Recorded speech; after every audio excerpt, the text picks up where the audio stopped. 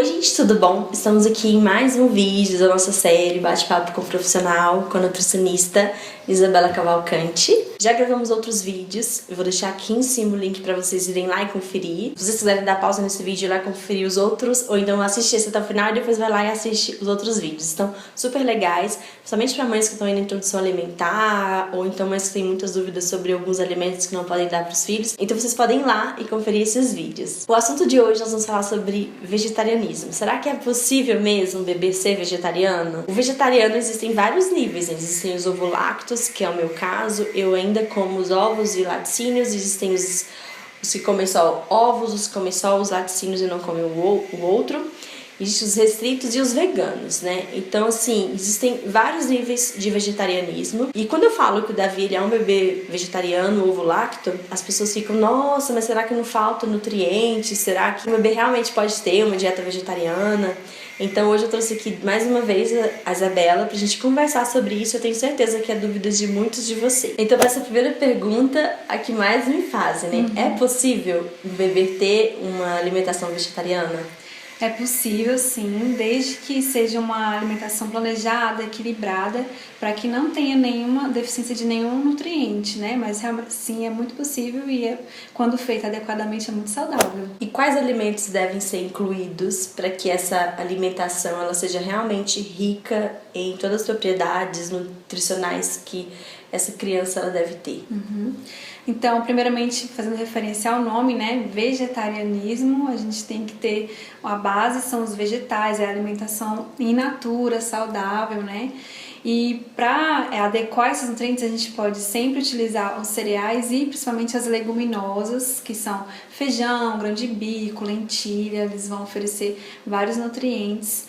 Outro alimento também que é muito interessante ter são os folhosos verdes escuros, que também vão ter vários nutrientes importantes. E na questão das leguminosas, né, muitos pais às vezes falam, mas questão de gases, né, às vezes dá desconforto. A técnica que a gente indica é você deixar a leguminosa de molho por 12 horas, né, para que essas substâncias antinutricionais que tem nesse alimento, elas possam ser eliminadas e aí não vai causar tanto esse desconforto. Você estava comentando das leguminosas e às vezes muitas pessoas confundem entre as leguminosas e as oleaginosas, né? E nas oleaginosas tem algumas castanhas que devem ser evitadas, né? Até certo período, e as pessoas confundem se tem diferença entre elas, né? Entre as oleaginosas e as leguminosas. Realmente, elas confundem até mesmo pelo nome, que é um pouco parecido, é bem parecido, né? Mas as leguminosas, se pensar, é da família do feijão. Então, são os vários feijões, grão de bico, lentilha, ervilha. Já as oleaginosas são as castanhas, né? Castanha do Pará, castanha de caju, amêndoas. E realmente as oleaginosas, a indicação é de que a introdução seja apenas aos 9 meses de idade. Essa chance de ser um pouco mais alergênico, então a gente deixa um pouco mais tardio a introdução dessas oleaginosas. E entre os alimentos, uma dúvida que eu tenho mesmo, pessoal, assim, e outras pessoas às vezes comentam, e eu já li que muitas mães têm dúvidas, é que os alimentos, quais dos alimentos podem dar mais alergias às crianças? Os alimentos vegetais ou os alimentos de origem animal? Assim, na verdade não se tem algo certo, assim, concreto de que um grupo daria mais que outro, porque, por exemplo, você pode ter alergia, às vezes, alguns alimentos de origem animal que são alergênicos são os peixes, os crustáceos, né, às vezes até os ovos, mas de vegetal também tem a soja, algumas castanhas, o trigo também, então não tem como a gente dizer assim qual pode ser mais alergênico, é realmente avaliando cada pessoa, cada criança, e sempre que for introduzir um alimento novo na alimentação, cuidar para que aquele alimento seja o único que seja novo naquele dia, porque caso dê alguma reação, você já vai saber que provavelmente foi aquele alimento. Pode-se dizer que uma criança vegetariana ela é mais saudável do que uma criança que tem na sua alimentação produtos de origem animal, só porque a outra não come origem animal? Tem alguma coisa assim? Assim, eu prefiro não criar essas questões de meio que rótulos, né? Porque tanto acontece de pessoas falarem que vegetarianos não são saudáveis ou que não tem como você ter saúde, ter uma alimentação vegetariana, como também acontece o contrário, né? Mas, primeiramente, a gente tem que entender que para que essa alimentação vegetariana seja saudável, ela, como eu falei, tem que ser rica em alimentos naturais, em vegetais, hortaliças. Isso vai deixar uma alimentação mais saudável. E pode ser mais saudável que um onívoro, uma pessoa que come carne, se essa criança que come carne não tem essa alimentação tão saudável. Então vai depender muito, não tem como dizer. Não dá pra criar rótulos, né? Não dá pra criar rótulos. E até porque vai depender se a criança tem aquela alimentação dela rica em todas as partes nutricionais que uma criança precisa, né? Não é porque ele vai consumir carne que ele vai ter mais saúde. E não é porque ele não consome que ele também vai deixar de ter, né? Isso. Tá certo. Agora, pra finalizar, uma última pergunta também super curiosa para quem às vezes tá querendo introduzir a dieta vegetariana, é em relação à vitamina B12, né? No leite materno existe a vitamina B12, certo? E pros bebês, que a mãe não amamenta, então ela consome a fórmula, ou também que às vezes por algum motivo não consome o leite de origem animal, leite de vaca. Onde essas crianças, onde esses bebês, eles podem encontrar a vitamina B12? A B12 realmente é o nutriente assim, que a gente tem que ter mais atenção na dieta vegetariana. E quando a mãe está amamentando, né, o bebê ele recebe o B12 do leite materno quando essa mãe ela tem uma quantidade boa no seu organismo. Então ela tem que consumir ou suplementar o B12.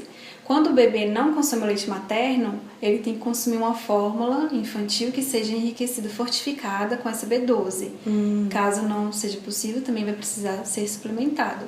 E no caso de crianças maiores, né, que não são amamentadas e não consomem outras fontes de origem animal, aí também é necessário suplementar, sempre avaliando por meio de exames clínicos, mas é bem comum a gente suplementar para evitar essa deficiência, né, que é uma vitamina muito importante. A falta dela prejudica em alguma coisa? Prejudica, ela auxilia na formação das células, né, evita anemias, na questão de metabolismo de algumas substâncias, então ela é realmente bem importante.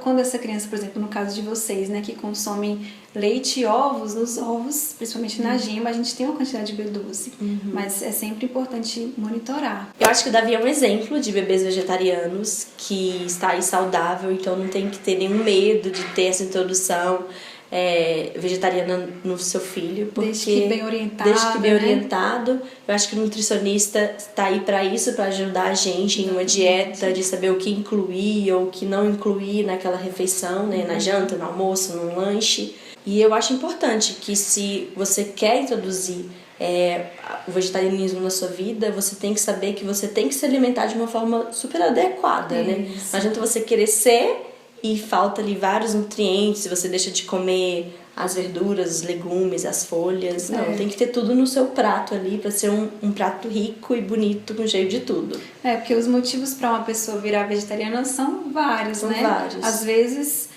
por questão de respeito aos animais, e ela não consome, mas aí acaba esquecendo de ter uma alimentação saudável e foca apenas de não consumir carne, mas você tirou a carne, então agora você tem que adequar essa alimentação para que também seja saudável.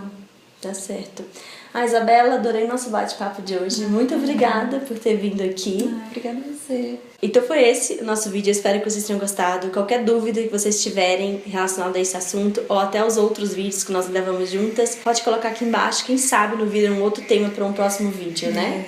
A gente está aqui para falar sobre alimentação de uma forma simples e bem tranquila. Então, beijo grande para vocês e até o próximo vídeo. Tchau!